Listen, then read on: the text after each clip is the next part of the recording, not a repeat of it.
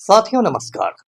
पटना बिहार से मैं Amitabh Kumar Das, IPS 94 batch, और आप देख रहे हैं मेरा अपना यूट्यूब चैनल दास बोले बिंदास।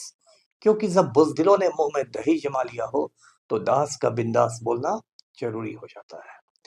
साथियों, खबर यह है कि खूंखार अपराधी और सजा याफ्ता खूनी आनंद मोहन का बेटा बिहार सरकार में माननीय मंत्री महोदय बनने जा रहा है। इस वीडियो को आखिर तक दिल थाम कर देखिए। साथियों, कहानी शुरू से शुरू करते हैं। आनंद मोहन जो है वो बिहार के सहरसा का, कोशी क्षेत्र के सहरसा के पचगछिया का रहने वाला है।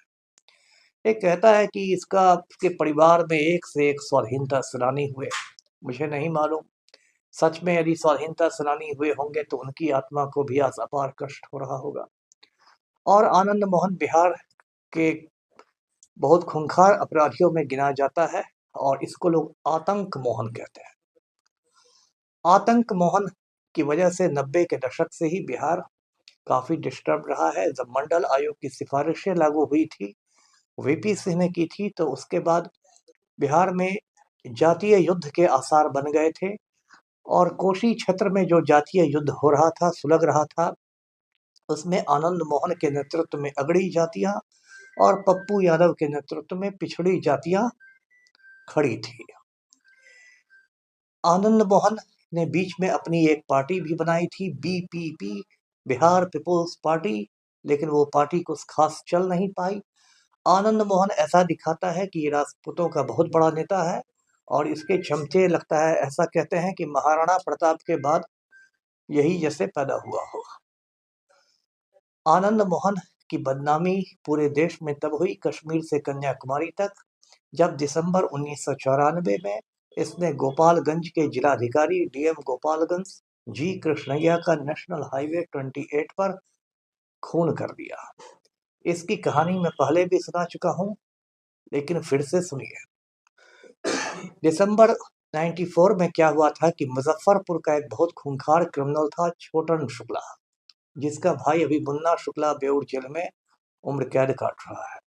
तो छोटन शुक्ला की हत्या गैंगवार में हो गई थी। उसके बाद जो छोटन शुक्ला की शव यात्रा निकली, जो उसका जनाजा निकला, उसका नेतृत्व दो लोग कर रहे थे, एक आनंद मोहन और एक छोटन का भाई फुटकुन शुक्ला। इस जुलूस में भड़काऊ नारे लगाए जा रहे थे, खून का बदला खून से लेने की बात की जा रही थी, हथियार चमकाए जा रहे थे और बहुत डरावना दृश्य उपस्थित हो गया था। उसके बाद ये जुलूस आगे बढ़ा। जब सदर थाने के पास पहुंचा, मुजफ्फरपुर सदर थाने के पास, तो अधिकारियों को ऐसा लगा कि अब तो सब कुछ ठीक ठाक से निकल गया और बहुत सारे अधिकारी थोड़ा लापरवाह हो गए। सदर थाना में आके चाय नाश्ता करने लगे, उन लोगों ने थोड़ी लापरवाही शुरू कर दी। इधर से पटना के में एक सभा अटेंड कर, एक मीटिंग अटेंड करके, जो गोपालगंज के उस समय डीएम थे मिस्टर जी कृष्णैया, 85 बैच के आईएएस थे, वो लौट रहे थे गोपालगंज, और अचानक उनकी कार शव यात्रा के सामने आ गई।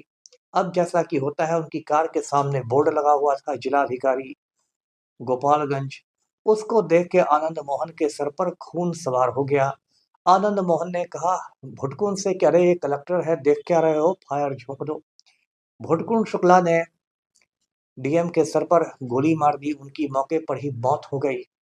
उसके बाद भी आनंद मोहन और भुटकुन शुक्ला और बाकी जो गुंडे मवाली थे, उनके सर का खून नहीं उतरा और उन्होंने ईंटों से कूच कूच के, कुचल कुचल के कृष्णैया साहब का चेहरा बिल्कुल विभत्स कर दिया। पूरे देश भर में इस पर हंगामा हुआ। मैंने आपको बताया, उस समय मैं मसूरी के लाल बहादुर शास्त्री एकेडमी में था। मसूरी एक हिल स्टेशन है जो पहले यूपी में था, आजकल उत्तराखंड में है। और लाल बहादुर शास्त्री एकेडमी में आईएएस, आईपीएस, आईएफएस सबका फाउंडेशन कोर्स होता है। मैं वही कर रहा था। वहां जब खबर पहुंची तो पूरा एकेडमी में सन्नाटा छा गया। हम लोग जो भी बिहार के लोग थे, हम लोग शर्मिंदा हो गए कि बिहार से एक ऐसी मनहूस खबर आ रही है। उसके बाद एकेडमी के ऑडिटोरियम में एक शोक सभा हुई, जिसमें कृष्णैया सर के जो बैचमेट थे मिस्टर संतोष मैथ्यू ने उनको श्रद्धांजलि दी। हम सबों ने 2 मिनट का मौन रखा। इसके बाद आनंद मोहन पर हत्या का मुकदमा चला। पटना हाईकोर्ट ने उसको सजा ए मौत सुनाई, मौत की सजा सुनाई और आदेश दिया कि इसको फांसी पर लटका दिया जाए। लेकिन आगे चलकर सुप्रीम कोर्ट ने उस मामले को उम्र कैद में बदल दिया, फांसी की सजा को आजीवन कारावास में बदल दिया। भारत में आप जानते हैं कि फांसी की जो सजा होती है वो दुर्लभ ही नहीं, दुर्लभतम मामलों में दी जाती है, जिसको इंग्लिश में कहते हैं rarest of the rare cases. तो खैर आनंद मोहन इस तरह फांसी के फंदे से बच निकला। उसके बाद 15-16 बरस तक वो सहरसा जेल में रहा, अपने गृह जिला में ही रहा। जेल के अंदर भी उसको सुविधाएं प्राप्त थी, जेल के अंदर भी वो दबंगई करता था। बीच में 1-2 बार पैरोल पर छूटा, बेटा की शादी के लिए, बेटी की शादी के लिए। तो पलटू राम जो हमारे निर्लज्ज मुख्यमंत्री हैं वो भी दांत निपोड़ के पहुंच गए।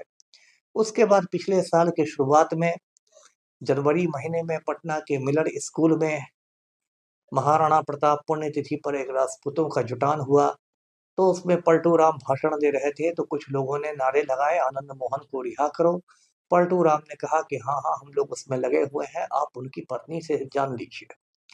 उसके बाद बिहार सरकार ने जो जेल मैनुअल होता है बिहार का, उसके कायदे कानून बदल दिए, उसमें संशोधन कर दिया और आनंद मोहन को जेल से बाहर निकाल दिया गया। उस समय एक चमचा किस्म का नकारा आईएएस आमिर सुबहानी बिहार का मुख्य सचिव था। आमिर सुबहानी ने बड़ी बेशर्मी से प्रेस कॉन्फ्रेंस करके कृष्णैया साहब के हत्यारे की रिहाई को जायज ठहराया। कायदे से बिहार के जो आईएएस एसोसिएशन है जो बिहार का, उसको इसका विरोध करना चाहिए था कि एक आईएएस के हत्यारे को कैसे छोड़ा जा रहा है। लेकिन मैं आपको बताता रहा हूं कि बिहार के आईएएस और आईपीएस मर्दाना कमजोरी के शिकार हो गए हैं। उन्हें सिर्फ गरीबों पर भौंकने आता है और माफिया के सामने वो भींगी बिल्ली बन जाते हैं। तो आईएएस एसोसिएशन मुंह में जब दही जमा कर बैठ गया, तब मैंने लड़ाई शुरू की। मैंने पटना हाईकोर्ट में पीआईएल दायर किया और आनंद मोहन की रिहाई को चुनौती दी। मैंने अपने एक दूत को हैदराबाद भेजा, तेलंगाना की राजधानी भेजा। वहां मेरे दूत ने श्रीमती उमा देवी से मुलाकात की, जो जी कृष्णैया साहब की पत्नी है। और उसके बाद श्रीमती उमा देवी ने सुप्रीम कोर्ट में मामले को चुनौती दी। सुप्रीम कोर्ट ने बहुत कड़ा रुख अपनाया है। सुप्रीम कोर्ट ने आदेश दिया आनंद मोहन को कि वो अपना पासपोर्ट सरेंडर कर दे, क्योंकि आनंद मोहन के बैंकॉक भाग जाने का खतरा था। और सुप्रीम कोर्ट ने कहा कि हर 15-15 दिन पर वो थाने में हाजिरी लगाए। इसी बीच एक और खेल खेला जा रहा था। आनंद मोहन का जो बेटा है चेतन आनंद, वो शिवहर से राजद के विधायक हैं। लालटेन छाप पर चुनाव जीते थे लालू यादव के गतिशील नेतृत्व में। लेकिन जब पलटू राम ने पलटी मारी तो एक अलग ही खेल हो गया।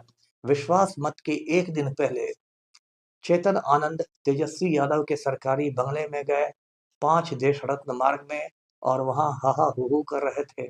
इधर आनंद मोहन और पलटू राम में मुख्यमंत्री आवास में डील पक्की हो गई कि लवली आनंद को शिवहर से जदयू का टिकट मिलेगा। उसके बाद चेतन आनंद के भाई अंशुमान आनंद ने पाटलिपुत्र थाना में एक दरखास्त दिया कि मेरे भाई का अपहरण हो गया है, किडनैपिंग हो गया है। उसके बाद पटना की पुलिस ने 2 बजे रात में तेजस्वी यादव के आवास को इस तरह घेर लिया मानो ओसामा बिन लादेन का अड्डा घिरा गया हो, और चेतन आनंद को बरामद किया गया।